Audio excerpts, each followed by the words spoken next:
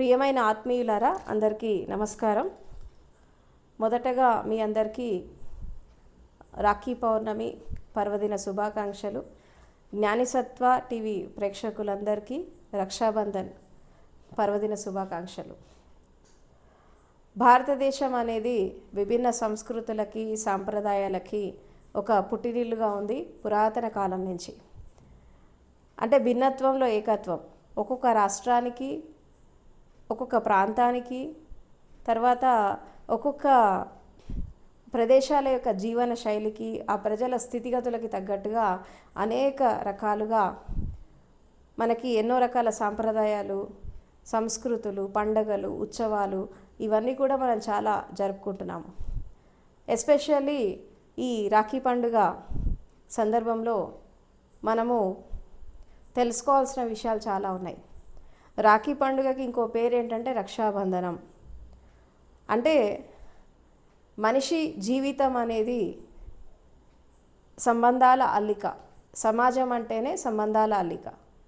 ఈ సంబంధాల్లో భాగంగా ఎన్నో రకాల రిలేషన్స్లో ఒక వ్యక్తి ముడిపడి ముందుకు వెళ్తూ ఉంటాడు. ఎందుకంటే తల్లి గర్భం నుంచి బయటికి వచ్చాక తల్లితో, తండ్రితో, అన్నదమ్ములతో, అక్క చెల్లెళ్ళతో, అదేవిధంగా స్నేహితులతో, బంధువులతో, ఇంకొంచెము పెద్ద పెరిగాక భార్య, భర్త, సంసారం, పిల్లలు, ఇలా అనేక రకాల బంధనాలలో మనిషి ముడిపడి ఉంటాడు. ఎందుకంటే మానవ జీవితం అనేది ఒక విధంగా చెప్పాలంటే సంబంధాలతో కూడుకున్నటువంటి జీవితం.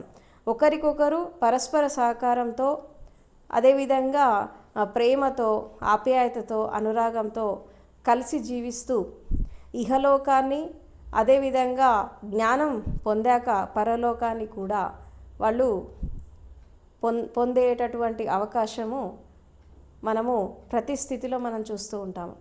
అందులో భాగంగా ఈ రక్షాబంధనం అనేది ఒక మనిషికి ఇంకొక మనిషి ఇచ్చేటటువంటి ఒక భరోసా, అంటే ఒక నమ్మకం, ఒక విశ్వాసం.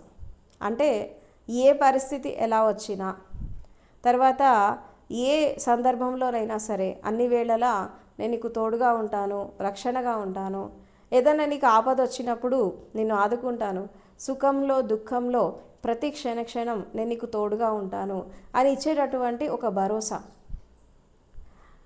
ప్రతి మనిషి జీవితంలో 7 అవసరాలు ఉంటాయి. ఆ 7 అవసరాలు ఏంటి? కొన్ని శారీరక అవసరాలు ఉంటాయి, కొన్ని మానసిక అవసరాలు ఉంటాయి, కొన్ని హృదయానికి సంబంధించినవి ఉంటాయి, తర్వాత జ్ఞానానికి సంబంధించిన అవసరాలు ఉంటాయి, తర్వాత మైత్రి బంధానికి సంబంధించిన అవసరాలు ఉంటాయి. అన్నిటికంటే ముఖ్యమైన అవసరం ఏంటంటే, అంటే ఎన్ని ఉన్నప్పటికీ కూడా ఈ అవసరం అనేది తీరకపోతే మనిషి జీవితంలో సుఖ సంతోషాలతో జీవించలేడు. అదేంటి అంటే క్షేమ, రక్షణ అవసరాలు. ప్రతి మనిషి కూడా తను చేస్తున్నటువంటి జీవన పోరాటంలో, తను ఎదుర్కొంటున్నటువంటి పరిస్థితులలో, తను ప్రతి స్థితిలో తను క్షేమంగా ఉండాలి, తనకి ఎవరో ఒకళ్ళు తనని ప్రొటెక్ట్ చేయాలా, తర్వాత డిఫెన్స్ చేయాలి, ఆత్మరక్షణ చేసుకోవాలి, శరీరాన్ని రక్షించుకోవాలి, జీవితాన్ని రక్షించుకోవాలి అని చెప్పి ప్రతి ఒక్క జీవి ఈ ప్రయత్నం చేస్తుంది. అండ్ ఎస్పెషల్లీ మనుషులు చాలా చేస్తారు ఈ విషయంలో. అంటే ఆత్మరక్షణ అంటే దీన్ని ఏమంటారంటే సేఫ్టీ అండ్ సెక్యూరిటీ నీడ్స్ అంటారు. ఇది ఆడవాళ్ళకి అవసరం ఉంటుంది, అదేవిధంగా మగవాళ్ళకి కూడా అవసరం ఉంటుంది. కాబట్టి ఈ రక్షణ చేసుకునేటటువంటి క్రమంలో పరస్పర సహకారంతో జీవనం అనేది ముందుకు వెళ్తూ ఉంటుంది. అదేవిధంగా ఈ రక్షణ ఎవరికి ఇస్తారు, ఈ సేఫ్ జోన్లో ఎవరిని ఎలా పెడతారు అనేది చూసుకుంటూ మనం వెళ్తుంటే మనం రకరకాల పరిస్థితులను సమాజంలో చూస్తూ ఉంటాం. ఫర్ ఎగ్జాంపుల్, ఒక పిల్లాడు తల్లి గర్భంలో ఉన్నప్పుడు ఆ చిన్న పిల్లాడికి, ఆ గర్భంలో ఉన్న పిల్లాడికి 3 రకాల రక్షణలు దొరుకుతాయి. ఒకటి తల్లిది, రెండవది ప్రకృతిది, మూడవది విశ్వశక్తిది. ఈ మూడిటి యొక్క రక్షణలో ఆ పిల్లాడు చాలా ఒక రక్షణ, అంటే ఒక డిఫెన్స్ సిస్టంలో తను ప్రొటెక్ట్ చేయబడి తల్లి గర్భం నుంచి బయటికి వస్తాడు. అదేవిధంగా మనము ఇంకొంచెము తల్లి గర్భం నుంచి బయటికి వచ్చాక కుటుంబం ఏర్పడుతుంది. అంటే తండ్రి వస్తాడు. తండ్రి వచ్చాక ఏమైపోతుంది, సమాజం నుంచి రకరకాల స్థితుల నుంచి తండ్రి ఒక భరోసా ఇస్తాడు ఆ పిల్లాడికి తను సమాజంలో ఎదగడానికి. అండ్ అదేవిధంగా అన్నదమ్ములు, అక్క చెల్లెళ్ళు, ఇలా రకరకాల బంధాలు వస్తాయి ఒక మనిషిని ప్రొటెక్టివ్గా కాపాడడానికి. అంటే మానవ జీవితం అనేది ఒక విధంగా చెప్పాలంటే ఇంటర్ డిపెండెంట్ లైఫ్. ఈ ఇంటర్ డిపెండెంట్ లైఫ్లో మనము ఒకళ్ళ నుంచి ఒకళ్ళు సహకారం తీసుకొని, ఒకళ్ళ నుంచి ఒకళ్ళు రక్షణ తీసుకొని, ఒకళ్ళ నుంచి ఒకళ్ళు ప్రేమ, అభిమానము, ఆప్యాయతతో కలిసి జీవించేటటువంటి జీవిత విధానం మనిషిది. సో అట్లా ప్రతి స్థితిలో మనం గమనిస్తూ ఉంటే ఈ క్షేమ రక్షణ అవసరం అనేది చాలా important. Safety and security needs. అంటే మనకి ఎన్నో రకాల బంధాలు ఉంటాయి. ఇప్పుడు భార్యాభర్తల సంబంధంలో కూడా, అది వివాహ బంధంలో కూడా ఈ మంగళసూత్రం ద్వారా ఒక పురుషుడు స్త్రీకి భరోసా ఇస్తాడు. ఏంటంటే మనసా వాచా కర్మణ జీవితాంతం నేను నీతో తోడుంటాను, ఏ పరిస్థితి ఎలా వచ్చినా, తర్వాత చతుర్విధ పురుషార్థాలని నేను నీకు ఫుల్ఫిల్ చేస్తాను అని చెప్పి ఒక భరోసా ఇస్తాడు మంగళసూత్రం ద్వారా. అండ్ అదేవిధంగా మనకి ఫ్రెండ్స్ మధ్యలో ఉండేటటువంటి భరోసా, అంటే స్నేహితుల మధ్యలో ఉండేటటువంటి ఒక రక్షణ. అదేవిధంగా ఈ అక్క చెల్లెళ్ళు, అన్నదమ్ములు మధ్యలో ఉండేటటువంటి ఒక రిలేషన్. అంటే ప్రతి స్థితిలో ప్రతి బంధము ఒక కేవలము అన్నా చెల్లెళ్ళ బంధమే కాకుండా, అక్క తమ్ముళ్ళ బంధమే కాకుండా, ఈ సామాజికంగా ఏర్పడినటువంటి ప్రతి ఒక్క బంధంలో కూడా ఒక ప్యూరిటీ ఉంటుంది. ఎందుకు ఆ ప్యూరిటీ ఉంటుంది అంటే, ఎందుకంటే ఈ బంధాలలో ఎప్పుడైతే ఇంప్యూరిటీస్ మనకు ఎప్పుడైతే చొరబడిపోతుందో అక్కడ ఏమవుతుందంటే ఈ ప్రేమ, అభిమానం, ఆప్యాయతలు ఇవన్నీ వెళ్ళిపోతాయి. దాని ప్లేస్లో ఈర్ష్య, ద్వేషము, అసూయ ఇవన్నీ వచ్చేస్తూ ఉంటాయి. సో అలా కాకుండా మనం ఒక రక్షణగా ఒక సిస్టమ్ని డెవలప్ చేసుకొని మనం ఎప్పుడైతే జీవితాన్ని ముందుకు తీసుకెళ్తూ ఉంటామో అప్పుడు ఏమవుతుందంటే ప్రతి ఒక్క బంధం ద్వారా మనకి ప్రేమ, అభిమానము, ఒక రక్షణ అనేది మనకు వస్తూ ఉంటుంది. ఎస్పెషల్లీ ఈ రక్షాబంధనంలో ఏంటంటే మనకి భారతదేశంలో ఈ అన్నా చెల్లెళ్ళు, అక్క తమ్ముళ్ళ మధ్యలో ఈ పండగ అనేది ఎక్కువగా జరుపుకుంటూ ఉంటారు. అదేవిధంగా అసలు ఈ రక్షాబంధనం అనేది అసలు ఎలా వచ్చింది, దీని వెనకాల ఉండేటటువంటి చారిత్రకమైనటువంటి కథనాలు ఏంటి అని మనం చూస్తే రకరకాల ధర్మగ్రంథాల్లో, శాస్త్రాల్లో రకరకాల కథలు ఉన్నాయి. ఆ కథలన్నిటి యొక్క సారాంశం ఏంటి అంటే, ఒక విధంగా చెప్పాలంటే ఈ రక్షాబంధనం అనేది ఒక సంకల్పానికి, ఒక రిలేషన్కి, అదేవిధంగా ఒక నమ్మకానికి అండ్ ఒక రక్షణ ఇచ్చేటటువంటి ఒక ఔదార్యానికి సంబంధించినటువంటి ఒక కంకణం. ఇప్పుడు పూర్వకాలంలో మనకి యుద్ధాలకి వెళ్ళేటప్పుడు లేదా ఈ రాజ్యానికి ఆ రాజ్యానికి మధ్యలో సంధి కుదుర్చుకునేటటువంటి పరిస్థితులు వచ్చినప్పుడు అక్కడ ఒక రక్షాబంధనం కట్టి ఈ రోజు నుంచి మనము శత్రువులం కాదు, మనం మిత్రులము, పరస్పర సహకారంతో రెండు రాజ్యాలని సమానంగా ఆర్థికంగా, సామాజికంగా రెండు రాజ్యాలు సమానంగా ఎదిగేలాగా ఆ రాజులు పరస్పర ఒప్పందం చేసుకునేవాళ్ళు. అండ్ అదేవిధంగా ఈ గురు శిష్యుల మధ్యలో ఉండేటటువంటి బంధం కావచ్చు, తర్వాత భగవంతుడికి భక్తుడికి మధ్యలో ఉండేటువంటి సంబంధం కావచ్చు. ఇప్పుడు మనం జనరల్గా కూడా డే టు డే రొటీన్ లైఫ్లో ఏదైనా పూజ కానీ, వ్రతం కానీ జనరల్గా మనం ఇళ్లలో చేసుకుంటున్నప్పుడు ఒక కంకణం కట్టుకుంటారు. అసలు ఎందుకు కట్టుకుంటారు ఆ కంకణం అనేది? ఎందుకంటే ఈ మణికట్టు ఏదైతే ఉందో, ఈ మన పల్స్ చూసేటటువంటి ప్లేస్లో ఈ కంకణం ఎందుకు కడతారు అంటే అది ఒక సంకల్ప బలానికి, ఒక శ్రద్ధ, ఒక సమర్పణ, తర్వాత జీవితానికి ఒక భరోసా, తర్వాత ఈ భగవంతుడికి భక్తుడికి మధ్యలో ఉండేటటువంటి ఈ బంధం, తర్వాత ఈ ప్రకృతికి, తర్వాత ఈ మనుషులకి మధ్యలో ఉండేటటువంటి ఒక సంబంధాన్ని ఒక బలోపేతం చేయడానికి, ఒక పటిష్టంగా ఉంచడానికి కంకణం కట్టుకొని ముందుకు వెళ్తారు. తర్వాత ఒక మనిషి జీవితంలో ఏదైనా సాధించాలి అనుకున్నప్పుడు, ఏదైనా సంకల్ప బలంతో సాధించాలనుకున్నప్పుడు జనరల్గా మనం ఒక వర్డ్ చాలా పాపులర్గా యూజ్ చేస్తారు. ఏంటంటే కంకణం కట్టుకొని పనిచేస్తున్నారు, లేదంటే సంకల్ప బలం తీసుకొని పనిచేస్తున్నారు అని చెప్పి మనకి చేతికి ఒక కంకణం కట్టేసి తర్వాత నుదుట కుంకుమ దిద్దేసి వాళ్ళని ఒక మంచి పని మీద సాగనంపేవాళ్ళు. పూర్వకాలంలో ఈ ఆచారం అనేది ప్రతి చోట ఉంది. ఇప్పుడు ఫర్ ఎగ్జాంపుల్ రాజులు యుద్ధానికి వెళ్ళినప్పుడు, ఈ సైన్యాధిపతులు యుద్ధానికి వెళ్ళినప్పుడు వాళ్ళ ఇంట్లో ఉన్న వాళ్ళు ఎవరైతే ఉన్నారో వాళ్ళు ఒక రక్షణ కవచం కట్టేసి నుదుట తిలకం పెట్టేసి వాళ్ళని ఆ యుద్ధానికి యుద్ధభూమికి పంపించేవాళ్ళు. ఎందుకంటే వాళ్ళు విజయాన్ని సాధించాలి అనేటటువంటి ఆకాంక్షతో ఒక ఆశీర్వదించి పంపేవాళ్ళు. అంటే ఈ రాఖీ పౌర్ణమి అనేది ఏదైతే ఈ పర్వదినం ఏదైతే ఉందో, ఈ రక్షాబంధనం ఏదైతే ఉందో ఒక ఆశీర్వచనము అంటే ఒక బ్లెస్సింగ్ అన్నట్టు.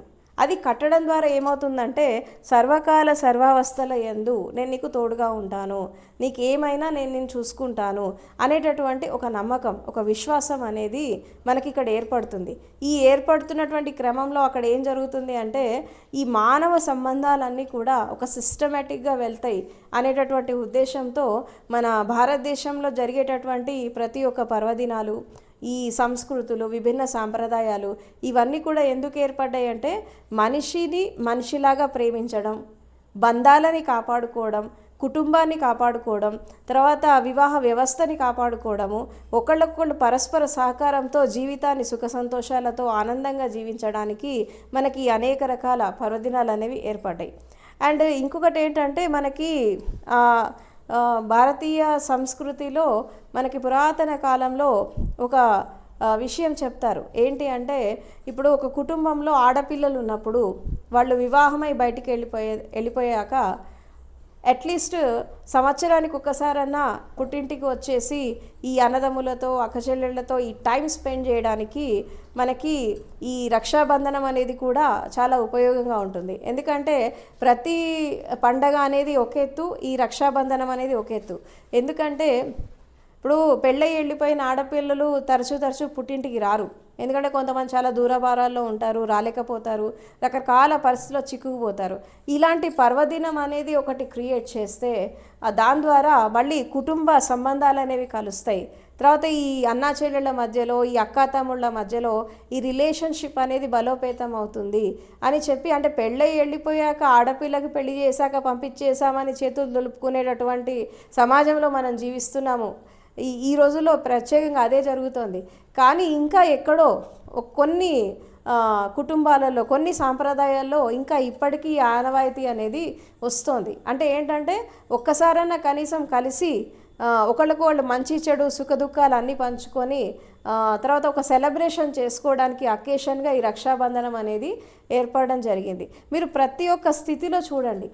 అంటే వాస్తవానికి ఈ సృష్టి మొత్తం నాట్ ఓన్లీ మానవ లోకమే కాదు, ఇక్కడుండే ప్రతి జీవరాశి, ఈ భూమి మీద ఉండేటటువంటి ప్రతి ఒక్క స్థితి కూడా ఒకదానికొకటి ఇంటర్ కనెక్టెడ్గా ఉంది. ఎందుకంటే ఈ విశ్వం అనేది ఒక ఆర్గానిక్ యూనిటీ లాగా ఉంది, ఒకటి ఇంకో దానికి లింకప్ అయి ఉంది. అంటే ఒక విధంగా చెప్పాలంటే ఒకటి లేకపోతే ఇంకొకటి లేదు, ఒకళ్ళు లేకపోతే ఇంకొకళ్ళు లేరు. ఎందుకు లేరు అంటే ఈ సకల జీవరాశులన్నీ కూడా ఒకదాని మీద ఒకటి ఆధారపడి జీవించేటటువంటి జీవిత విధానం అనేది ఉంది. అందుకే ఏమంటారు, ఒక అండర్ కరెంట్ లాగా ఒక శక్తి అనేది ఈ సమస్త ప్రకృతిని కలిపి ఉంచుతోంది. ఇది కూడా ఒక రక్షణ కవచమే. మీరు గమనించండి, ప్రకృతిలో మనం రకరకాల సంఘటనలు చూస్తూ ఉంటాం. ఫర్ ఎగ్జాంపుల్ భూమి ఉంది, ఈ భూమికి కూడా ఒక రక్షణ కవచం ఉంటుంది. అదేవిధంగా వాతావరణానికి కూడా ఒక రక్షణ కవచం ఉంటుంది. ఈ అట్మాస్ఫియర్కి రక్షణ కవచం ఏంటి? Ozone layer.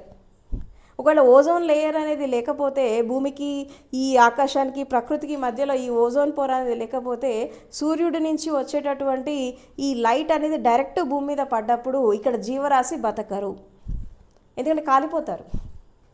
అయితే ఈ ఓజోన్ లేయర్ ఏం చేస్తుందంటే ఆ యూవీ లైట్ని ప్యూరిఫికేషన్ చేసి దాని సెన్సిటివ్గా ఉండేటటువంటి లైట్ రేస్ అనేవి భూమికి పంపిస్తూ ఉంటుంది. అంటే ఈ విధంగా ప్రకృతిలో కూడా ఈ రకరకాల పొరలు, రకరకాల వాతావరణ స్థితులు కూడా ఈ భూమిని మనుషులని రక్షించడానికి ఒక కవచం లాగా పనిచేస్తున్నాయి. అండ్ అదేవిధంగా మనము ప్రకృతిలో మనం రకరకాల స్థితులను మనం చూస్తుంటే మనకి ఇదే కనబడుతుంది. అదేవిధంగా ఈ టోటల్ యూనివర్స్లో, ఈ సమస్త విశ్వంలో కూడా మనకి అనేక రకాల మార్పులను మనం గమనిస్తున్నాము, అనేక రకాల స్థితులను మనం గమనిస్తున్నాము. ఇక్కడ ప్రతి చోట కూడా ఎక్కడో ఒక చోట ఒక రక్షణ అనేది మనకు కనబడుతూ ఉంది.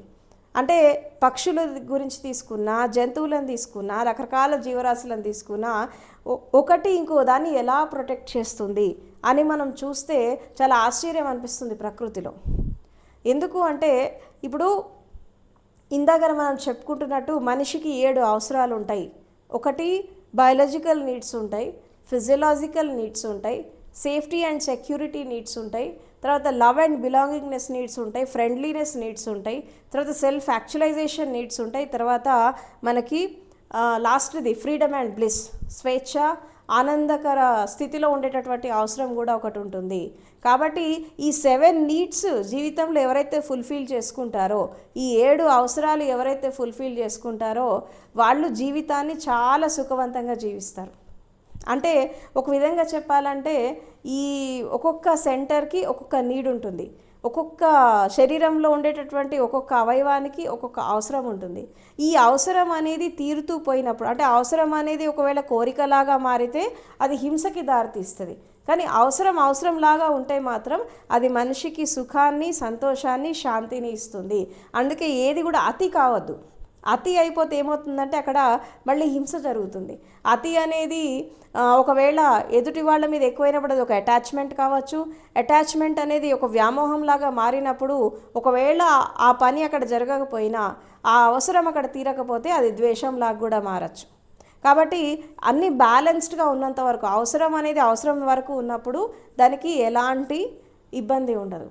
సో కాబట్టి మన బాడీకి అవసరమైనటువంటి స్థితులు, మన మనసుకి అవసరమైనటువంటి పరిస్థితులు, మన హృదయానికి కావాల్సినటువంటి ఈ ప్రేమతత్వము, జాలి, దయ, కరుణ, మానవత్వము, ఈ క్వాలిటీస్ అన్నీ కూడా ఇది వేరే వాళ్ళ ద్వారా మనకి తీరుతున్నాయి. వాస్తవానికి మనిషి పుట్టినప్పటి నుంచి చచ్చిపోయేదాకా ప్రతి ఒక్కరి జీవితం మనం గమనిస్తూ ఉంటే ఇక్కడ మనకి చాలా స్పష్టంగా ఒక విషయం అర్థమవుతుందండి. ఏంటంటే మనం ఉదయం లేచినప్పటి నుంచి రాత్రి పడుకునేదాకా మనం వాడే ప్రతి వస్తువు, మనం యూజ్ చేసే ప్రతి, ఈవెన్ చిన్న సేఫ్టీ పిన్ దగ్గర నుంచి మనం వాడే పెద్ద పెద్ద ఐటమ్స్ వరకు కూడా ఇది వేరే వాళ్ళు మన కోసం అందించినటువంటి సౌకర్యాలు. వాళ్ళు అది చేయకపోతే ఈరోజు మనకి కంఫర్టబుల్ లైఫ్ అనేది వచ్చేది కాదు. కాబట్టి ఇక్కడ అహంకారం అనేది పనికిరాదు, అజ్ఞానం అనేది పనికిరాదు. ఇక్కడ ఏంటంటే అందరూ అన్నీ చేస్తున్నారు కాబట్టి ఈరోజు మనం చాలా సుఖంగా, హాయిగా మనం జీవించగలుగుతున్నాము. అంటే ఒకళ్ళు ఇంకొకళ్ళకి తెలిసినా తెలియకపోయినా, వాళ్ళు పరిచయం ఉన్నా లేకపోయినా పరస్పర సహకారం అనేది మనకు దొరుకుతోంది. ఎందుకు దొరుకుతుందంటే కొంతమంది మన కళ్ళ ముందు కనబడతారు, కొంతమంది మనకు కనబడరు. కానీ వాళ్ళు తయారు చేసినటువంటి వస్తువులు, వాళ్ళ ద్వారా వచ్చినటువంటి కొన్ని రకాల స్థితులను మనం అనుభవిస్తున్నాము. వాళ్ళెవరో మనకు తెలీదు. ఇదంతా కూడా ఒక సెక్యూరిటీ, ఒకళ్ళు ఇంకోళ్ళకి సెక్యూరిటీ ఇస్తూ వెళ్ళిపోతున్నారు. ఎందుకంటే ఈ మానవ సంబంధాలన్నీ కూడా, అంటే ప్రకృతిలో చూసుకున్నా, విశ్వంలో తీసుకున్న ఈ మానవ సంబంధాలు, ప్రతి జీవి మధ్యలో ఉండేటటువంటి ఈ రిలేషన్స్ అనేవి, ఈ రిలేషన్ ఉంది కాబట్టి మనం భూమి మీద ఉన్నాం, ఈ రుణానుబంధం ఉంది కాబట్టి మనం భూమి మీద ఉన్నాం. ఒకవేళ ఈ బంధాలతో ఈ రుణం అనేది తీరిపోతే ఏ మనిషి భూమి మీద ఉండాల్సిన అవసరం కూడా లేదు. కాబట్టి ఈ రక్షణ, క్షేమ అవసరం అనేది ప్రతి మనిషికి చాలా ఇంపార్టెంట్. ఎందుకంటే జీవితం అనేది ఒక విధంగా చెప్పాలంటే ఎన్నో రకాల ఆరాటాలు, పోరాటాలు, స్ట్రగుల్ ఫర్ ఎగ్జిస్టెన్స్, రకరకాల స్థితులలో మనిషి పరిగెడతా ఉంటాడు. ఈ పరిగెత్తేటటువంటి మనిషికి ఒక స్వాంతన ఇవ్వడానికి, నేనున్నాను అనే భరోసా ఇవ్వడానికి, నేను ఏదొచ్చినా నేను చూసుకుంటాను, నీ సుఖంలో దుఃఖంలో ప్రతి దాంట్లో నేను నీకు తోడుగా ఉంటాను అనేటటువంటి ఒక నమ్మకము, ఒక విశ్వాసము, ఒక ప్రేమతత్వము, ఒక ఆప్యాయత చూపించేటటువంటి పర్వదినం ఈ రక్షాబంధనం. సో కాబట్టి ప్రతి స్థితిలో మనం ఒక విషయాన్ని అర్థం చేసుకోవాలి. ఏంటి అంటే ఇప్పుడు గురు శిష్యుల మధ్యలో ఉన్న బంధం కూడా కావచ్చు. ఇప్పుడు గురువు శిష్యుడికి ఒక భరోసా ఇస్తాడు, ఏం కాదు నువ్వు ముందుకెళ్ళు, నేనున్నా, ఏదున్నా నేను చూసుకుంటానని భరోసా ఇస్తాడు. అదేవిధంగా ప్రకృతి మనకు ఒక భరోసా ఇస్తుంది. తర్వాత రకరకాల బంధాలు ఉండేటువంటి మనుషులు మనకు ఒక భరోసా ఇస్తారు. ఇవ్వడమే కాకుండా కొంతమంది తోడుగా కూడా నడుస్తారు కొంత దూరం, కొంతమంది మాటల ద్వారా, చేతల ద్వారా, కర్మల ద్వారా, అండ్ అదేవిధంగా హృదయం ద్వారా, మనసు ద్వారా, తర్వాత శారీరకంగా, మానసికంగా రకరకాల స్థితులలో వాళ్ళు మనకి ఎన్నో రకాలుగా మనల్ని ప్రొటెక్ట్ చేస్తున్నారు కాబట్టి ఈరోజు మనం ఇక్కడ ఉన్నాం. అంటే బార్డర్లో ఉండేటటువంటి సైనికుడి దగ్గర నుంచి, తర్వాత ఈ పంటలను పండించేటటువంటి రైతు దగ్గర నుంచి, అండ్ తర్వాత ఈ లా అండ్ ఆర్డర్, తర్వాత అడ్మినిస్ట్రేషన్, ఈ కాన్స్టిట్యూషన్, రకరకాల స్థితులు, ఇవన్నీ కూడా మనిషి చాలా క్షేమంగా రక్షణగా ఉండడానికి, సెక్యూర్డ్గా ఉండడానికి అందరూ ఏర్పరిచినటువంటి ఒక సమూహం ఇది. సమాజం అంటేనే ఒక సమూహం. ఈ సమూహంలో ఈ కుటుంబ వ్యవస్థ కానీ, వివాహ వ్యవస్థ కానీ, తర్వాత ఈ స్నేహం కానీ, మైత్రి బంధం కానీ, ఇవన్నీ ఎందుకు ఏర్పడ్డాయి అంటే ఒకళ్ళొకళ్ళు పరస్పర సహకారంతో ముందుకు వెళ్ళడానికి ఈ రిలేషన్షిప్స్ అన్నీ ఏర్పడ్డాయి. దీన్ని అర్థం చేసుకొని ముందుకెళ్తే, అంటే వాస్తవానికి ఏదో సంవత్సరానికి ఒకసారి ఒకరోజు మనం ఏదో చాలా ప్రేమతత్వంతో ఉన్నాము, తర్వాత మళ్ళీ వచ్చే సంవత్సరం చూసుకుంటాంలే, తర్వాత వాళ్ళకి మాకు సంబంధం లేదు అన్నట్టుగా ఈనాడు రిలేషన్స్ ఉంటున్నాయి. బట్ అది కరెక్ట్ కాదు. ఇప్పుడు ఎదుటి వాళ్ళ సుఖంలో మనం పాలు లేకపోయినా ఎదుటి వాళ్ళ దుఃఖంలో మనం తప్పకుండా వాళ్ళకి తోడుండాలి. సుఖంలో ఎవరైనా షేర్ తీసుకుంటారు కానీ దుఃఖంలో తీసుకోరు. కాబట్టి అందుకే చాలామంది జనరల్గా ఏం చెప్తారంటే, మీరు శుభకార్యాలకి వెళ్ళకపోయినా పర్లేదు కానీ ఏదైనా అశుభం జరిగినప్పుడు నువ్వు వెళ్ళాలి అని అంటారు. ఎందుకంటారు అంటే, శుభకార్యంలో వెళ్ళకపోయినా గుర్తు చేసుకుంటారు, మర్చిపోతారు. కానీ ఈ అశుభ కార్యాలకు పోకపోతే జీవితాంతం గుర్తుంచుకుంటారు, పోయినా కానీ వాళ్ళు రాలేదని చెప్పి. అంటే అంటే ఒక మనిషికి స్వాంతన, ఓదార్పు ఎక్కడ అవసరం అంటే, ఇంట్లో ఏదైనా జరిగినప్పుడు, ఒక విధంగా చెప్పాలంటే అకాలంగా ఏదైనా జరిగినప్పుడు అక్కడ మనిషికి ఒక స్వాంతన అనేది అవసరం, ఒక భరోసా ఇవ్వడం అనేది అవసరం. కాబట్టి ఈ రక్షణ క్షేమ అవసరాన్ని తీర్చుకోవడానికే ప్రతి మనిషి కూడా పరితపిస్తూ ఉంటాడు, పుట్టినప్పటి నుంచి చనిపోయేదాకా దీనికోసం ఎదురు చూస్తూ ఉంటాడు. ఎందుకంటే సుఖంలో, దుఃఖంలో, మంచిలో, చెడులో ప్రతి చోట నా పక్కన ఒకళ్ళు ఉండాలి, నన్ను నడిపించాలి, నాకు ఒక గైడెన్స్ కావాలి, ఒక మార్గదర్శి కావాలి, ఒక రోల్ మోడల్ కావాలి, ఎవరో ఒకళ్ళు నన్ను ముందుకు కొంచెం తోయాలి, తోస్తే నేను ముందుకు వెళ్తా. ఎందుకంటే మనం ముందే చెప్పుకున్నాం, మనిషి జీవితం అనేది ఒక ఇంటర్ డిపెండెంట్ లైఫ్ అని చెప్పి. ఈ ఇంటర్ డిపెండెంట్ లైఫ్లో సింగిల్గా ప్రయాణం చేయడం అనేది మనిషి ఒక విధంగా చెప్పాలంటే ఎవరున్నా లేకపోయినా నీ ప్రయాణం నీకుంటుంది, నీ లైఫ్ నీకుంటుంది, నీ లక్ష్యాలు నీకుంటాయి. కానీ పక్కన ఎవరన్నా ఉండి మాట ద్వారానో, లేకపోతే మనోధైర్యం ద్వారానో, ఆత్మవిశ్వాసం ద్వారానో, లేకపోతే హృదయంలో స్వాంతననో ఏదో ఒకటి కలిగించినప్పుడు ఇంకా మనం ముందుకెళ్ళేటటువంటి అవకాశం ఉంటుంది. అందుకే ఏమంటారు, ఇన్స్పైరింగ్ పర్సనాలిటీస్ అంటారు వీళ్ళని. రోలింగ్ పర్సనాలిటీస్, ఇన్స్పైరింగ్ పర్సనాలిటీస్ అంటారు. కొంతమంది మాటల ద్వారా, చేతల ద్వారా, కర్మల ద్వారా రకరకాలుగా ఇన్స్పైర్ చేస్తూ ఉంటారు. అంటే అఫ్కోర్స్ డిస్కరేజ్ చేసేవాళ్ళు కూడా ఉంటారు సమాజంలో, కానీ ఎంకరేజ్ చేసేవాళ్ళు కూడా ఉంటారు. సో కాబట్టి ప్రతి ఒక్క స్థితిలో మనం దీన్ని అందుకుంటూ ముందుకెళ్తున్నాము. కాబట్టి ఈ భారతీయ సంస్కృతి కానీ, మనకి రకరకాల ధర్మగ్రంథాలు, శాస్త్రాలు, ఈ కథలు, ఇతిహాసాలు ఇవన్నీ ఏం చెప్తున్నాయి? సింపుల్గా చెప్పాలంటే మనిషి జన్మ వచ్చింది, దీన్ని మనం సరిగ్గా లైఫ్ లీడ్ చేయాలి. ఈ లీడ్ చేయడంతో పాటు ఒక విధంగా చెప్పాలంటే మన చుట్టూ ఉన్నటువంటి సంబంధాలలో మనము చాలా పర్ఫెక్ట్గా, కరెక్ట్గా రిలేషన్ని మనం మెయింటైన్ చేయాలి. చేస్తూ ముందుకెళ్తున్నప్పుడు ఏమవుతుంది అంటే, మనము జీవితంలో ఒక మెట్టు ఎదుగుతాం. ఒక మెట్టు ఎక్కినప్పుడు అక్కడి నుంచి మనం స్లిప్ కాకుండా, మనం ఒకవేళ పడిపోయే సమయం వచ్చినప్పుడు ఎవరో ఒకళ్ళు వచ్చి మనల్ని అక్కడ ఆదుకుంటారు. అది మన వాళ్ళే కావాల్సిన అవసరం లేదు, అది ఎవరైనా కావచ్చు. ఆ టైంకి ఆ ప్రకృతి ఎవరితో కలుపుతుంది అనేది మనకు తెలీదు. కాబట్టి మీరు గమనించండి, కేవలము ఒక తల్లి కడుపున పుట్టిన వాళ్ళు మాత్రమే అన్నదమ్ములు, అక్కచెల్లెళ్ళు కాదు. కేవలము ఒక కుటుంబంలో ఉన్నవాళ్ళు మాత్రమే బంధువులు కాదు. మనము విశాల హృదయంతో ఆలోచిస్తే ఈ సమస్త విశ్వం కూడా మనకి సహకరిస్తోంది. అంటే చూడండి, మనం శ్వాస తీసుకోవడానికి, మన అన్నం డైజెస్ట్ కావడానికి, తర్వాత మన శరీరంలో రకరకాల అవయవాలు రకరకాల స్థితుల్లో పనిచేస్తూ ఉంటాయి. ఇవన్నీ కూడా చాలా సిస్టమేటిక్గా జరగడానికి మన వెనకాల ఎన్నో రకాల శక్తులు పనిచేస్తున్నాయి. ఎన్నో రకాల శక్తులు, కనిపించనివి, కనపడనివి, కనిపించేవి, ఎన్నో రకాలుగా మనకి ఒక సహకారం అందిస్తున్నాయి కాబట్టి మనం చాలా హాయిగా లైఫ్ లీడ్ చేస్తున్నాం. ఒకవేళ ఆ సహకారం అనేది మనకి పోయిందనుకోండి, ఒక క్షణం కూడా మనం భూమి మీద ఉండలేము. మనం శ్వాస తీసుకునే దగ్గర నుంచి తర్వాత మనము ఆఖరికి రేపు చచ్చిపోయే వరకు కూడా మనకు ఎన్నో రకాలు, బతికున్న వాళ్ళు, బ్రతికి లేని వాళ్ళు, మనకు కనిపించే వాళ్ళు, కనబడని వాళ్ళు, అదృశ్యంగా ఉండేవాళ్ళు, రకరకాల స్థితిలో మనకు ఒక సెక్యూరిటీ ఇస్తున్నారు. కాబట్టి మన లైఫ్ అనేది చాలా పర్ఫెక్ట్గా ఉంది. కాబట్టి ఈ రక్షాబంధనం సందర్భంగా మెసేజ్ ఏంటి అంటే, సింపుల్గా చెప్పాలంటే మానవ సంబంధాలని కాపాడుకోవడం ఒకటి. రెండవది ఏంటి అంటే, మనము మానవత్వంతో జీవించడం, ప్రేమతత్వంతో జీవించడము, తర్వాత సాటి మనిషికి సహాయం చేయడం. ఇప్పుడు మానవ సేవ మాధవ సేవ అని అంటారు. ఎందుకంటారు?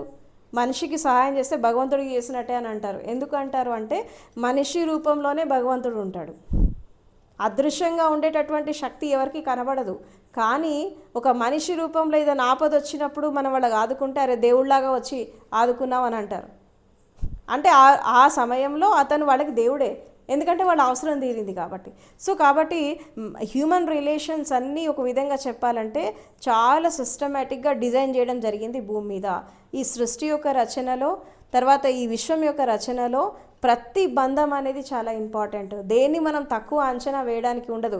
ఇప్పుడు మిత్రులు శత్రువులు అవుతారు, శత్రువులు మిత్రులు అవుతారు, రకరకాలుగా స్థితుల్లో మారిపోతూనే ఉంటాయి. ఈ మారిపోతున్నటువంటి క్రమంలో కూడా మనకి దగ్గరున్న తర్వాత వాళ్ళు మనకి దూరమైనంత మాత్రాన వాళ్ళ మీద ద్వేషము, కోపము ఏదో పెట్టుకోవాల్సిన అవసరం లేదు.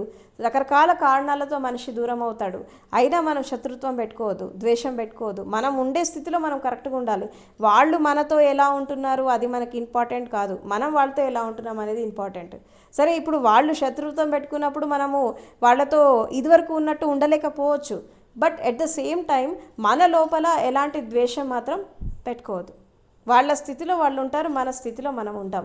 మన లైఫ్ని మనం బ్యాలెన్స్ చేసుకుంటూ వెళ్ళాలి. ఇక్కడ ఒకటే ఏంటంటే, ఈ పండగలు, పర్వదినాలు, అది ఏ పండగ అయినప్పటికీ ఒకటే ఒక మెసేజ్ మనకు కనబడుతుంది. అంటే బహుజన హితాయ, బహుజన సుఖాయ, లోకానుకంపాయ అని అంటారు. అంటే సర్వజనుల యొక్క సుఖం కోసం, శాంతి కోసం, ఒకళ్ళకొకళ్ళు ఒక మంచి రిలేషన్స్లో ఉంటూ, పరస్పర సంబంధాలను కాపాడుకుంటూ, జీవితానికి ఒక రక్షణ, ఒక భరోసా, ఒక విశ్వాసాన్ని ఇస్తూ, ఒక మనిషికి మంచి జరిగినా, చెడు జరిగినా, సుఖం వచ్చినా, దుఃఖం వచ్చినా వాళ్ళతో పాటు అన్నీ పంచుకుంటూ పుట్టినప్పటి నుంచి చచ్చిపోయేదాకా ఒకళ్ళకొకళ్ళు తోడుగా ఉంటూ జీవించేటటువంటి జీవిత విధానాన్ని తెలుపుతుంది ఈ రక్షాబంధనం. కాబట్టి అది గురు శిష్యుల మధ్యలో ఉండే సంబంధం కావచ్చు, భగవంతుడికి భక్తుడికి మధ్యలో ఉండే రిలేషన్ కావచ్చు, కుటుంబ రిలేషన్స్, అన్నదమ్ములు, అక్క చెల్లెళ్ళు, భార్య భర్త, ఎవరైనా సరే. కాబట్టి ప్రతి రిలేషన్ చాలా ఇంపార్టెంట్. మనం దాన్ని కాపాడుకునే ప్రయత్నము తప్పకుండా చెయ్యాలి. ఎదుటి వాళ్ళు ఎలా ఉన్నారు మనకు అనవసరం, బట్ మనము దాన్ని మెయింటైన్ చేసే ప్రయత్నం చేయాలి. అది చేస్తున్నటువంటి క్రమంలో ఏదన్నా డిస్టర్బెన్సెస్ వచ్చినప్పుడు మాత్రం, పొరపాటున ఏదైనా జరిగినప్పుడు మాత్రం మనం వాళ్ళ మీద ద్వేషం అయితే పెట్టుకోవద్దు. మన స్థితిలో మనం ఇదివరకు ఎలా ఉన్నామో, వాళ్ళతో కలిసి ఉన్నప్పుడు మనం ఎలా ఉన్నామో, విడిపోయాక కూడా మనం అలాగే ఉండాలి. మాటలు ఉండకపోవచ్చు, బంధం లేకపోవచ్చు, కానీ మన మానసికంగా మనం వాళ్ళకి ఎప్పుడు దగ్గరగానే ఉండాలి. రేపు ఒకవేళ ఏదైనా జరగరాని సంఘటన ఏదైనా జరిగినప్పుడు, ఏదైనా వాళ్ళకి అవసరం వచ్చినప్పుడు మనం హెల్ప్ చేయడానికి ముందుండాలి. ఎందుకంటే గతంలో జరిగిన సంఘటన దృష్టిలో పెట్టుకొని వర్తమానంలో వాళ్ళ స్థితిని మనం బేరీజు వెయ్యొద్దు. ఎందుకంటే అప్పుడు స్థితి అప్పుడే, ఇప్పుడు స్థితి ఇప్పుడే. మనం ఆ టైంలో ఏమైనా చేయగలిగితే చేయొచ్చు. కాబట్టి జీవితం అనేది చాలా చిన్నది అండ్ జీవితం అనేది చాలా విలువైనది.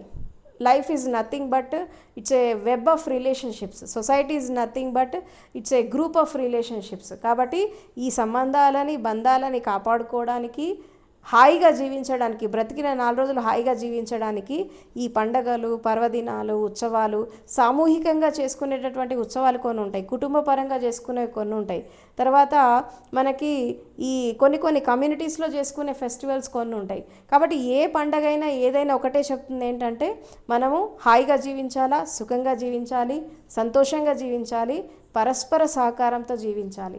కాబట్టి ఈ సంబంధాలని కాపాడుకోవడానికి, అనుబంధాలను పెంచుకోవడానికి, ప్రేమ ఆప్యాయతలు పెంచుకోవడానికే ఈ రక్షాబంధనం. ఎవరు ఎవరికైనా రక్షణగా ఉండొచ్చు, ఎవరితో అయినా బంధం ఏర్పరచుకోవచ్చు. కానీ ప్రతి బంధంలో కావాల్సింది ఏంటి? 1 నమ్మకము, 2 ప్రేమతత్వము, 3 మానవత్వము, తర్వాత 4వది అహింస, అండ్ 5వది ఏంటి అంటే సమర్పణ, కరుణ, మైత్రీ భావం. ఈ మైత్రీ బంధనం అన్నా, రక్షాబంధనం అన్నా, రాఖీ పౌర్ణమి అన్నా అంతా ఒకటే.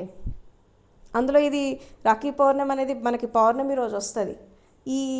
ఈ పౌర్ణమికి ఉన్న విశిష్టత ఏంటి? పౌర్ణమి రోజు ఏం జరుగుతుంది అంటే కేవలము అన్నదమ్ములు, అక్క తమ్ముళ్ళు ఈ రిలేషన్సే కాకుండా ప్రకృతికి మనిషికి మధ్యలో కూడా ఒక అవినాభావ సంబంధం అనేది ఏర్పడుతుంది. ఎందుకంటే ఈ పౌర్ణమి రోజు ఎస్పెషల్లీ మనకి ఈ చంద్రుడి నుంచి, విశ్వం నుంచి చాలా ఎనర్జీస్ ఈ భూమి మీదకి వస్తూ ఉంటాయి, చాలా రకాల శక్తులు వస్తూ ఉంటాయి. ఎస్పెషల్లీ ఇది ఆధ్యాత్మిక మార్గంలో ప్రయాణం చేసేవాళ్ళు, ఉపాసన చేసేవాళ్ళు, తర్వాత భక్తి మార్గంలో వెళ్ళేవాళ్ళు, యోగ మార్గంలో వెళ్ళేవాళ్ళు దీన్ని బాగా ఉపయోగించుకొని సాధనలో ముందుకెళ్ళండి. అదేవిధంగా మీ యొక్క రిలేషన్స్ని కాపాడుకోండి. అండ్ తర్వాత ప్రతి ఒక్కరితో ప్రేమతత్వాన్ని పెంచుకోండి. ఎదుటి వాళ్ళు ఎలా ఉన్నారు కానీ మనం కరెక్ట్గా ఉండాలి, అంతే. ఇదే ఈ రక్షాబంధనం అనేది ఇదే మెసేజ్ ఇస్తుంది. కాబట్టి ప్రతి ఒక్క రిలేషన్లో మనం ఒక అథెంటిక్గా ఉండడము, స్పెసిఫిక్గా ఉండడము, మెజరబుల్గా ఉండడం అనేది అలవాటు చేసుకోవాలి. అందులో ఇంకోటి అంటే అతి అనేది ఎక్కడ పనికిరాదు. ప్రతి రిలేషన్లో ఒక బ్యాలెన్సింగ్ అనేది చాలా అవసరం.